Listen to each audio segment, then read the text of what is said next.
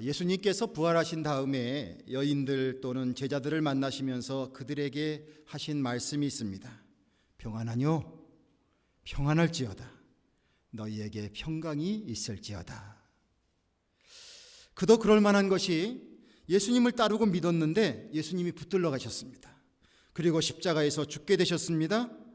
예수님을 장사 지낸 시신에 무덤에 시신이 없어졌다는 소식을 듣게 되었습니다. 그리고 또 어떤 사람들을 통해서 예수님이 부활하셨다는 소식을 듣게 되었습니다. 얼마나 그들의 상황이 불안하고 뭔가 정말 복잡하고 또한 그런 가운데 있었을까. 그때의 상황을 연상해 보면 이해할 만한 내용이기도 합니다. 그래서 그런지 예수님께서는 그들에게 나타나셔서 평강한 사람이 되라고 말씀하고 있습니다. 여러분, 젊었을 때는요, 뭔가 이렇게 격정적이고 스릴 있는 것을 좋아하는 성향이 있게 됩니다. 그래서 비싼 돈을 내고서라도 스릴을 즐기려고 여러 가지를 해보곤 하죠. 그러나 이제 저만 해도요, 그런 건 아주 꿈도 못 꾸겠어요. 이렇게 쳐다보면 보기만 해도 아찔아찔하고 왜 내가 돈을 내고 저렇게 생고생을 해야 되나, 그런 생각을 하게 됩니다. 평안한 상태를 훨씬 선호한다는 말입니다. 우리의 인생은 이러쿵저러쿵 해도요, 결국은 평안을 얻고자 애쓰는 인생이라고 볼 수 있습니다.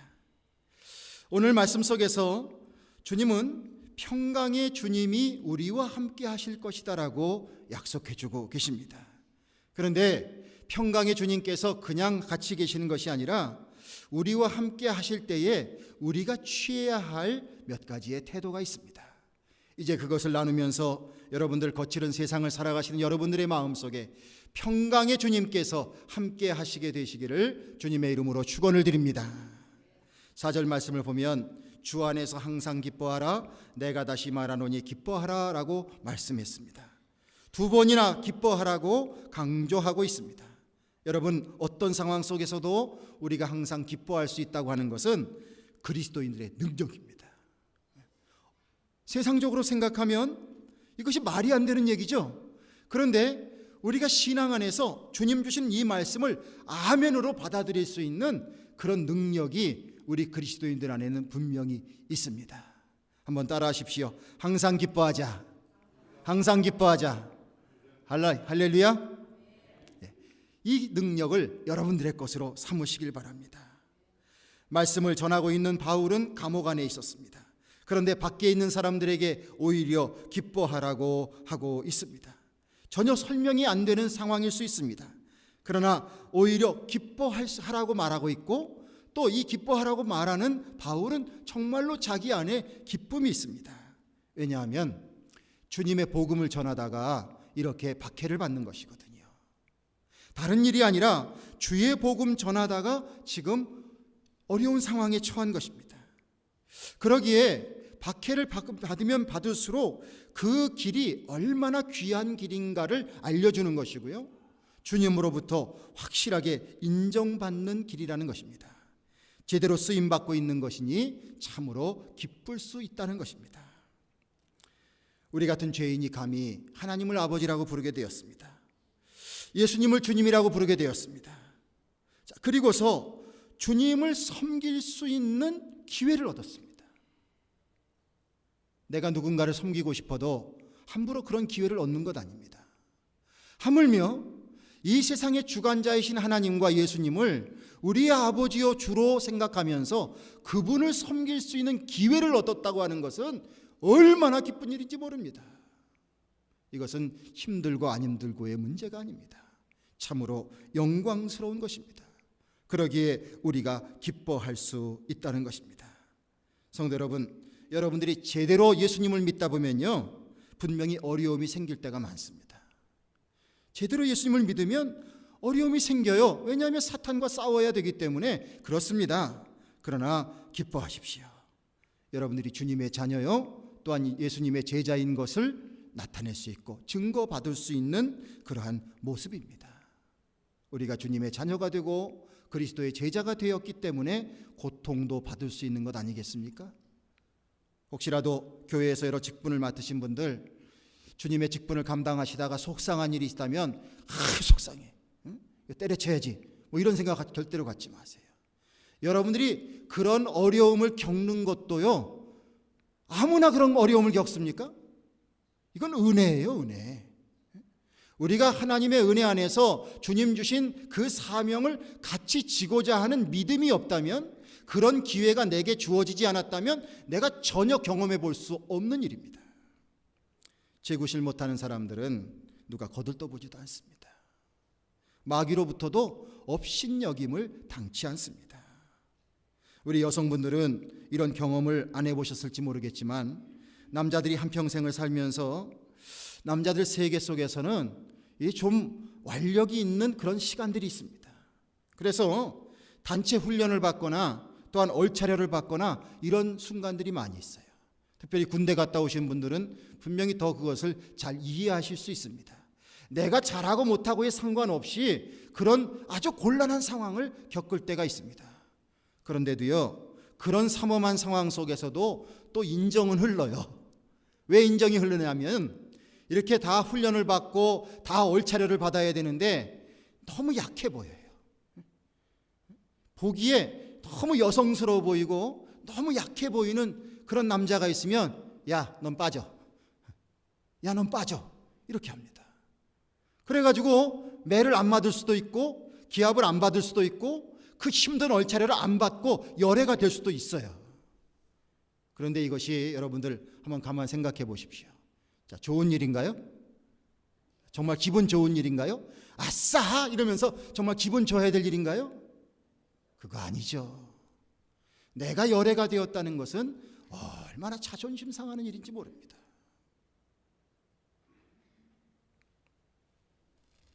여러분들, 닥치는 시험이나 어려움이 있다고 할지라도 그것이 예수님 안에서 겪는 것이라면 오히려 그것을 기뻐할 수 있는 여러분들 되길 바랍니다.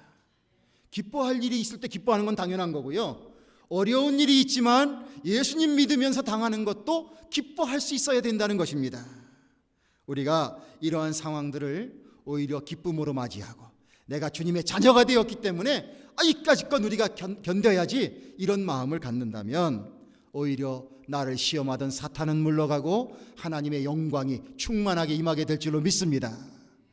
이런 특권을 누리면서 살아가는 우리 그리스도인들이 되자 하는 것입니다. 여러분들, 주변의 사람들을 한번 떠올려 보시길 바랍니다.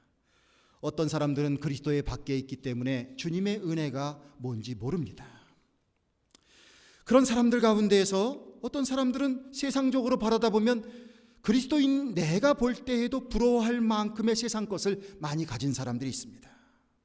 그런데 그 사람에게서 좀 더 여유가 있고 멋이 있고 무슨 어떤 이런 큰 넉넉함이 있고 그러면 좋겠는데, 사람들 입에서 아유, 가진 놈이 더해, 이런 얘기가 나올 정도로 뭘 가졌는데 불안해하고 불평을 하고 더 남의 것 더 가지려고 하고 이렇게 살아가는 삶도 분명히 보여집니다. 그러면 그들은 비록 재물이 많은 부자에 해당될지는 모르지만 실상은 그 사람들은 가난한 사람입니다. 정신적으로 빈곤한 사람이에요. 가지고 있는데도, 누리고 있는데도 그것을 진정으로 귀하게 쓸 줄 모르는 사람, 가지고 있는데도 늘 모자라는 것만 생각하는 사람, 인색하고 주는데 인색하고 내는데 인색하고 남의 것을 자꾸 토색하려고 하고, 얼마나 가난한 사람입니까? 그런 사람을 여러분들 바라다 보시면 절대로 부러워하시면 안 됩니다. 오히려 불쌍히 여겨야 합니다. 그들이 빨리 예수님을 믿고 그들의 모든 것이 변화되기를 간절히 소원하는 마음으로 기도하셔야 합니다.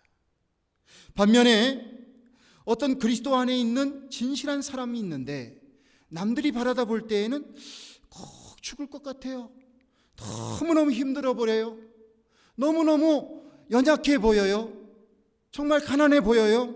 그런데 그 사람이 살아가는 삶의 모습에는 웃음이 떠나가지 아니하고 기쁨이 있어 보이고 만족함이 있어 보이고 때로는 분에 넘치는 감사를 하고 있는 것을 보게 돼요.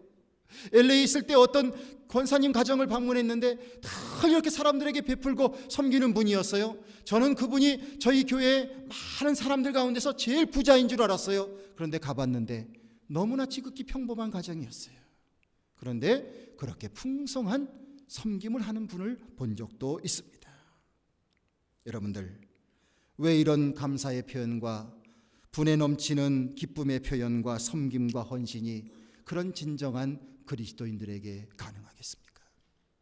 어느 누구도 그러한 사람을 잘못된 사람이라고 말하지 않을 것입니다.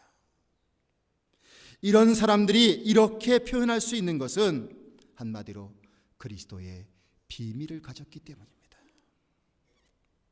주님의 은혜를 소유했다는 거예요. 주님께서 주시는 구원의 소망을 정말 귀한 것으로 받아들였습니다. 주님께서 주시는 말할 수 없는 하나님이 주시는 위로를 경험하며 살고 있습니다. 이러한 사람들은 조건에 상관없이 그들에게서 나타나는 그들의 삶의 모습과 에너지는 진정으로 감사와 기쁨 속에 있는 모습이 되는 줄로 믿습니다.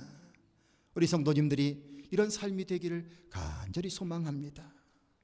작은 고백이지만 저희 집에서 저희 어머니는 우리 집에 있는 식구들 중에서 제일 아프신 분이셨습니다.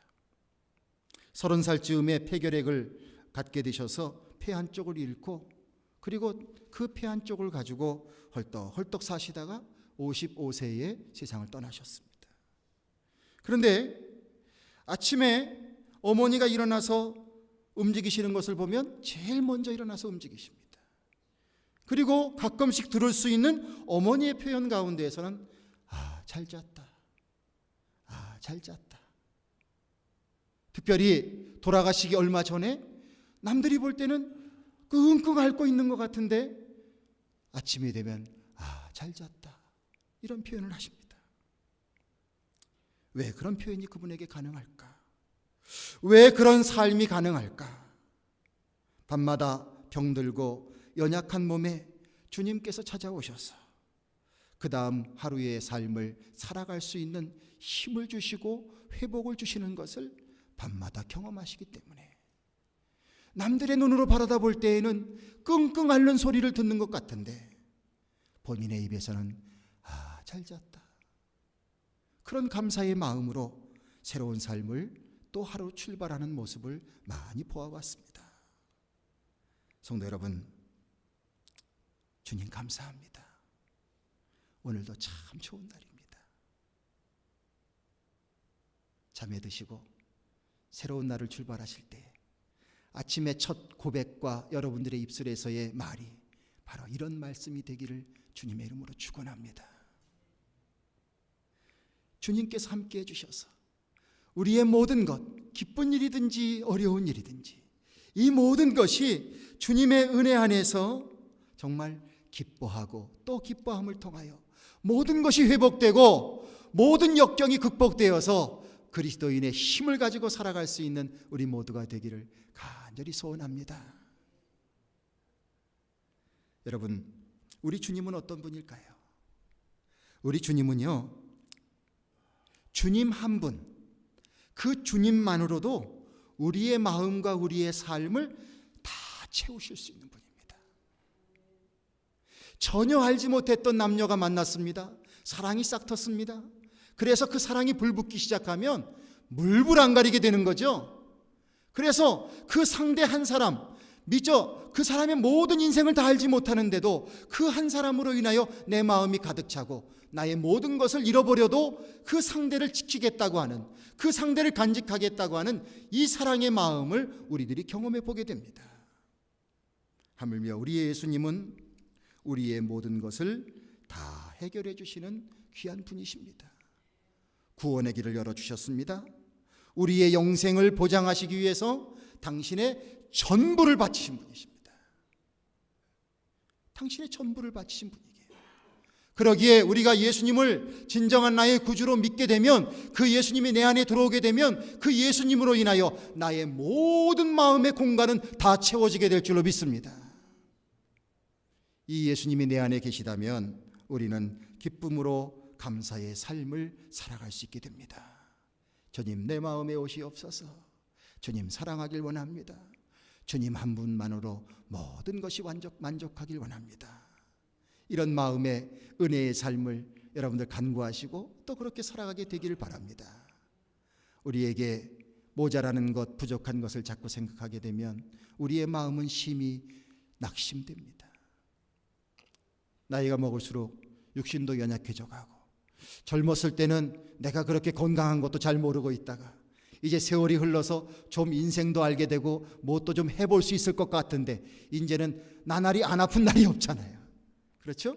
그렇게 살다 보면 모든 것이 낙심될 수 있습니다.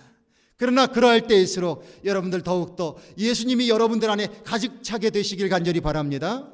주님의 사랑으로 가득 차십시오. 주님이 반드시 그렇게 되게 해주실 줄로 믿습니다. 그렇게 기쁘게 사시라는 것입니다. 5절 말씀을 보면 너의 관용을 모든 사람에게 알게 하라. 주께서 가까우시니라고 말씀했습니다. 관용은 다른 말로는 너그러움을 말합니다. 너그러움이 우리들에게 소망을 주는 거죠. 많은 아이들이 할아버지 할머니 좋아합니다. 왜 그럴까요? 아빠 엄마는 자기 자식들 앞에 서면 좀 스트릭해져요. 그렇죠? 사랑을 하면서도 기대가 있기 때문에 뭐 안 되는 게 그렇게 많아요. 그런데 할아버지 할머니는 손주에게 알게 모르게 많이 사랑을 쏟아 부으세요. 뭐 되고 안 되고를 떠나서 일단은 사랑의 마음으로 쏟아 부어주세요. 손주의 입장에서 할아버지 할머니에게 너그러움을 느끼는 겁니다. 그러니까 좋아하는 마음을 갖게 되죠. 성도 여러분, 우리 하나님은 너그러운 사람과 함께 하십니다. 강팍하고 엄격하고 그냥 마치 베일 것 같은 이런 사람에게 함께 하시는 하나님이 아니고요. 하나님은 너그럽게 사는 사람에게 함께 하시는 줄로 믿습니다. 그래서 오죽하면 주님께서 재판을 우리 보고 자꾸 하지 말라고 말씀하시지 않습니까? 판단을 하지 말라고 말씀하시지 않습니까? 그것은 하나님께서 하신다고 말씀하시지 않습니까? 우리는 자꾸 사랑하고 감싸주고 이해해주고 용서해주고 자꾸 그렇게 너그러움으로 관용을 베풀며 살라고 하시는 것입니다. 70번씩 7번이라도 용서해 줄 수 있는 이런 너그러움, 이것이 우리 그리스도인들에게 주신 주님의 말씀입니다. 세상 사람들은 너그러움으로 살아가는 사람들에게서 그리스도의 빛을 비로소 보게 됩니다. 그들은 자기가 외도하면 로맨스고 남이 외도하면 불륜이라는 잣대를 가지고 있습니다. 그럼에도 불구하고 우리 그리스도인들에게는 좀 더 너그러운 사람으로 남아 있기를 기대하고 있습니다. 기독교인들을 비판하는 것도 뭐냐면 어떻게 보면 기대가 무너지는 것에 대한 실망, 자신은 그렇지 않으면서도 뭔가를 기대하고 있다는 거예요. 그 기대 중에 하나가 그리스도인의 너그러움인 줄로 믿습니다. 성도 여러분, 내 자신에게는 좀 엄격할지라도 남에게 좀 너그러운 우리가 되기를 간절히 바랍니다. 이것이 또 하나의 우리 그리스도인들의 힘인 것 같아요. 외유내강, 이런 마음을 갖자는 거죠. 그러면 어려움이 극복해지게 됩니다. 그런데 이런 관용을 베풀 수 있는 힘은 어디서 나오는가? 그냥 그게 하자고 해서 되는 것은 아니죠. 분명히 그것이 나올 수 있는 힘이 있는 원천이 있는 것입니다. 그것은 다름 아닌 예수 그리스도의 사랑 속에서 내가 용서받았다는 것을 경험할 때 내게 관용의 마음이 싹트기 시작합니다. 그리고 주님으로부터 만족한 은혜를 얻고 있다고 하는 그 체험이 내게 쌓이게 될 때에 우리는 너그러워집니다. 그래서 때로는 내가 손해를 당한다고 할지라도 그것을 상심하지 아니하고 용서해 줄 수 있는 마음까지 열려지게 되는 것이지요. 우리에게 관용이 있는 것은 정말 그 관용이 넘치는 마음을 통해서 정말 우리의 삶에 기쁨이 싹트게 됩니다. 누군가를 너그럽게 용서해 줄 수 있다고 하는 삶은 참 기쁜 삶을 의미해 주시오.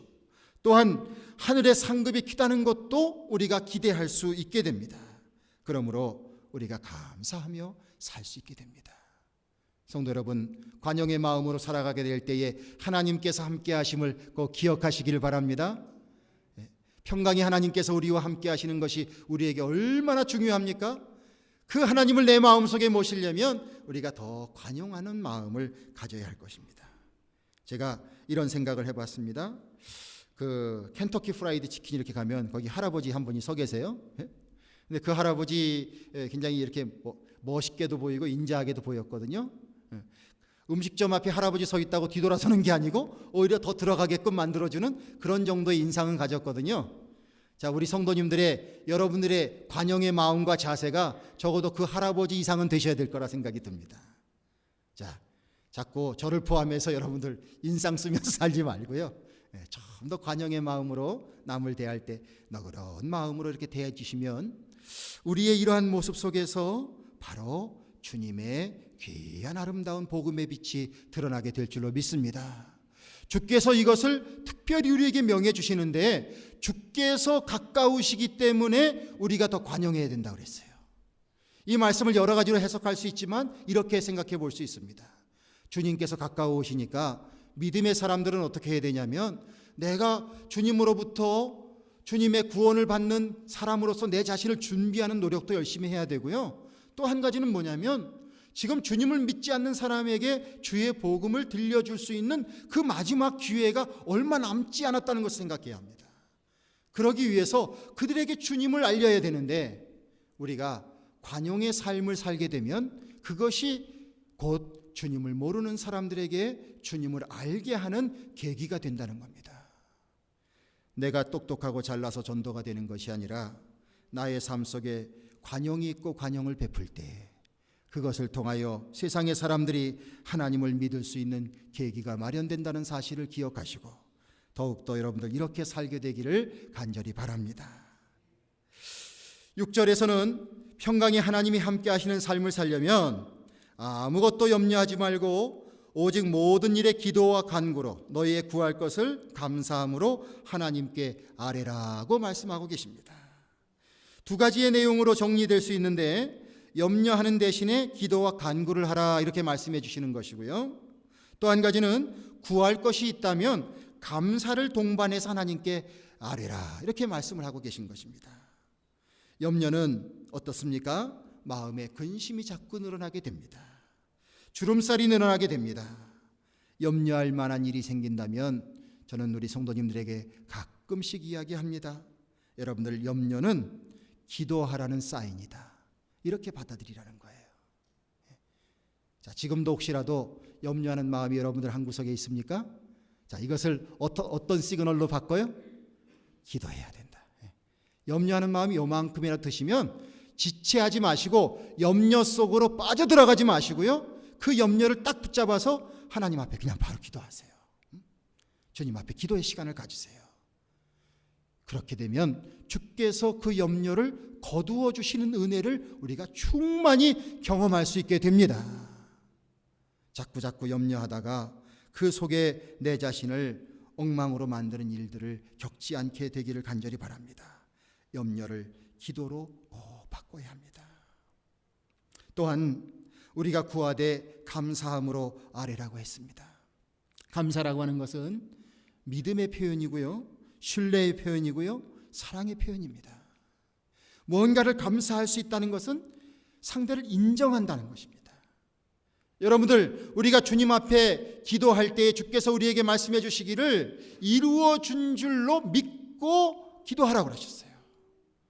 자, 이루어 준 줄로 믿는다면 그것은 곧 감사가 될 수 있겠죠. 그러기에 내가 주님 앞에 염려를 가지고 기도할 수 있다고 하는 그 기도하는 사람이 됐다는 것 자체도 감사하셔야 될 것이고, 나의 기도를 들으시는 하나님이 계시다는 것도 감사해야 될 것이고, 또한 더 큰 믿음으로 내가 드리는 기도가 하나님의 뜻에 합당한 기도라면 그 기도는 반드시 이루어질 것이라는 그 믿음의 확신을 가지고 감사함으로 아뢰라는 것입니다. 그러면 주님께서 함께 주신다고 말씀해 주시고 계십니다. 7절 말씀에 그리하면 모든 지각에 뛰어난 하나님의 평강이 그리스도 예수 안에서 너희의 마음과 생각을 지키시리라. 6절 말씀에 이어서 지금 이렇게 말씀하고 있는 거예요. 염려하지 말아라, 기도해라, 또 기도하되 감사함으로 하나님께 아뢰라. 그리하면 어떻게 되느냐? 모든 지각에 뛰어난 하나님의 평강이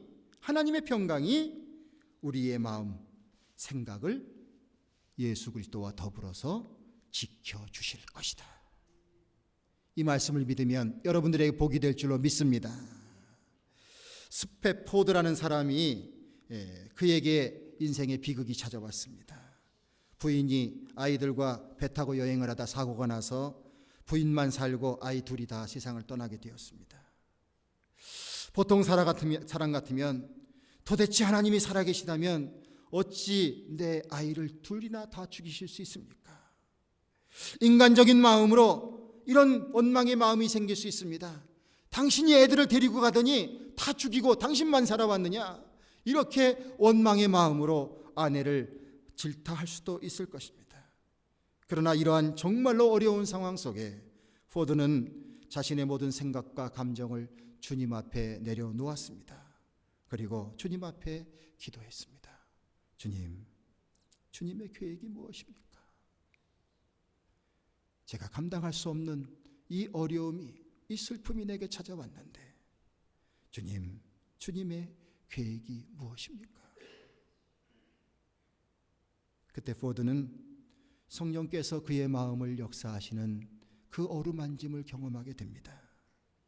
그리고 도저히 인간적으로는 생각할 수 없는 마음의 평안이 그에게 찾아오기 시작을 했습니다. 아무것도 상황은 달라진 것이 없습니다. 그러나 그의 마음속에 하나님이 주시는 놀라운 새로운 마음의 평안이 그에게 찾아왔습니다. 그것이 계기가 되어서 그가 지은 찬송이 우리가 부르는 찬송가 470장입니다.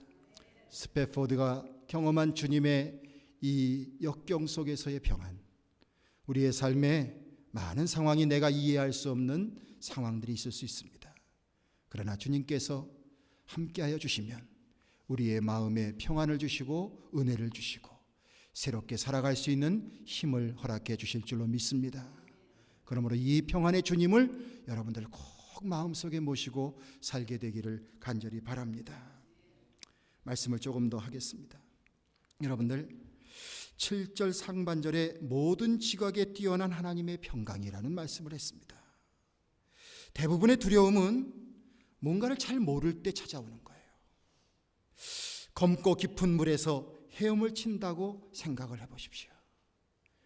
밑이 보이지 않고 깜깜합니다. 검디검습니다. 거기로 헤엄을 치면 내가 헤엄을 칠 수 있는 능력이 있음에도 불구하고 뭐가 어떻게 될지 모르니까 우리가 얼마나 큰 두려움이 내게 찾아올지 모릅니다.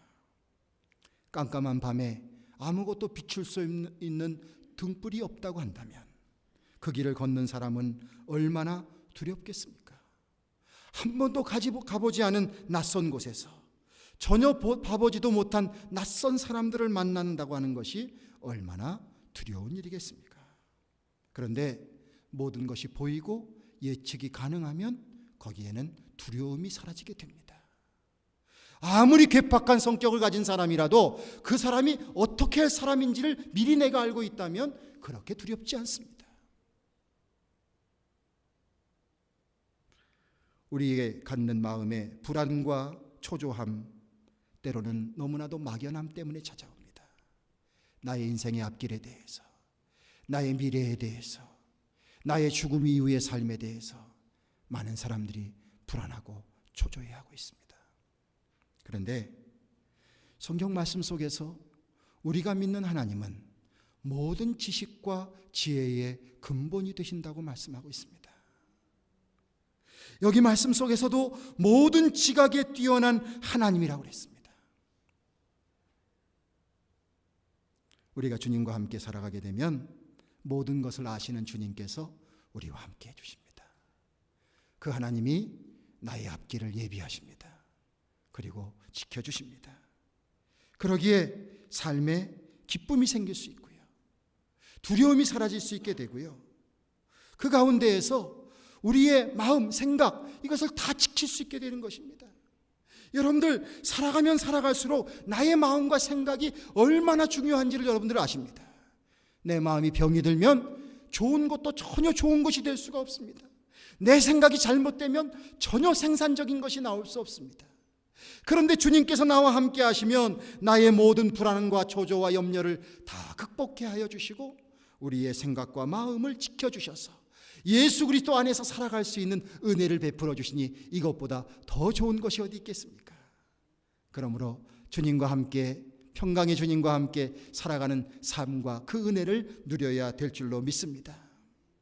8절 말씀에 종말로 형제들아 무엇이든지 참되며 무엇이든지 경건하며 무엇이든지 옳으며 무엇이든지 정결하며 무엇이든지 사랑할 만하며 무엇이든지 칭찬할 만하며 무슨 덕이 있든지 무슨 기림이 있든지 이것을 생각하라고 말씀하고 있습니다.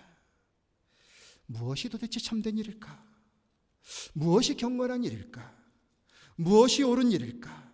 무엇이 정결한 일일까? 어떻게 사랑을 실천할까? 어떻게 칭찬할까? 어떻게 석을 세울까? 어떻게 이 귀한 것들을 잘 간직하고 살아갈 수 있을까? 이런 마음을 가지고 살아가는 것이 진정한 성도의 모습이라는 거예요. 여러분들, 우리들의 인생은 짧습니다. 가짜로 살아도 될 만큼 그렇게 여유가 있는 삶이 아닙니다.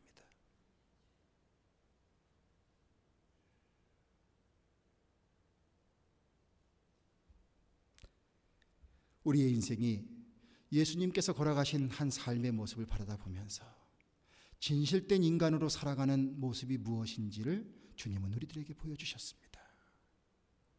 성도 여러분, 가짜로 울지 말고 진짜로 우십시오. 가짜로 칭찬하지 말고 진짜로 칭찬하십시오. 가짜로 사랑하지 말고 진짜로 사랑하십시오. 그렇게 살아도 우리의 남아져 있는 시간은 많지 않습니다. 그렇게 살아야 허망한 인생이 되지 않습니다. 그렇게 살아야 진정으로 진실하신 하나님께서, 평강의 하나님께서 우리와 함께 하심을 우리가 체험할 수 있습니다. 이 말씀을 하면서 사도 바울은 교인들에게 말합니다. 그동안 내게 보고 배운, 듣고 본 모든 것을 다 지켜 행하라 말씀하고 있습니다. 그러면 평강의 하나님이 우리와 함께 계실 것이다. 오늘도 인생을 살면서 나름대로 평안의 문제가 해결되지 아니하고 인생의 불안과 초조 속에서 헛된 것을 추구하는 우리들의 모습이 있다면 진정으로 우리는 새로운 출발을 해야 합니다. 평강의 하나님, 얼마나 좋은 편입니까? 우리 하나님은 평강이십니다. 이 평강의 하나님이 우리와 함께 하시겠다고 하셨는데 어떠한 사람에게 함께 하시느냐? 다시 한번 정리합니다. 평강의 하나님은 주님 앞에 정말 기쁨으로 삶을 살아가는 자에게 함께 해주십니다. 기도하면서 나가는 자에게 함께 하십니다. 인생을 속임수의 마음이 아니라 진짜의 마음으로 살아가는 자에게 함께 하십니다. 다른 사람에게 관용을 베풀면서 여러분들의 관용을 나누어 주는 사람에게 주님께서 함께 하십니다. 이런 귀한 말씀을 삶의 현장 속에서 실천해 보려고 씨름하고 있는 자에게 하나님이 함께 해 주십니다. 평강의 하나님이 함께 하시면 우리의 삶은 모든 걱정과 근심은 사라지고 하나님 은혜 안에서 이 땅에 사는 삶도 행복이요 또한 하나님과 함께 거할 영원한 하나님 나라도 축복의 터전이 될 줄로 믿습니다. 우리 모두 그런 복된 삶을 누릴 수 있는 우리가 되기를 간절히 소원합니다. 기도하겠습니다. 아버지 하나님이시여, 주님께서 주시는 참 평강이 우리 안에 있기를 간절히 소원합니다. 우리 하나님께서는 평강의 하나님이심을 믿습니다. 어지럽고 혼돈 속에 있는 가운데에서 질서를 만들어내시고 아름다움을 만들어내시고 사랑을 부여해 주시면서 우리를 창조하셨고 우리를 지으시며 우리를 인도하시며 우리를 사랑하시며 우리를 보듬어 주시며 우리를 세우시며 우리로 하여금 귀하게 만들어 주시는 하나님이신 줄로 믿습니다. 평강의 하나님이 우리와 함께 하시기를 간절히 원합니다. 예수님의 간절한 외침, 평안하뇨, 평안할지어다. 너희에게 평강이 있을지어다. 이 말씀이 우리의 마음속에 늘 메아리치게 하여 주시고, 힘들고 어려울 때 평강의 주님 붙잡고 인생길을 잘 살아낼 수 있는 우리 모두가 될 수 있도록 주님 함께하여 주시옵소서. 우리 주 예수 그리스도의 이름을 받들어 간절히 기도드리옵나이다. 아멘.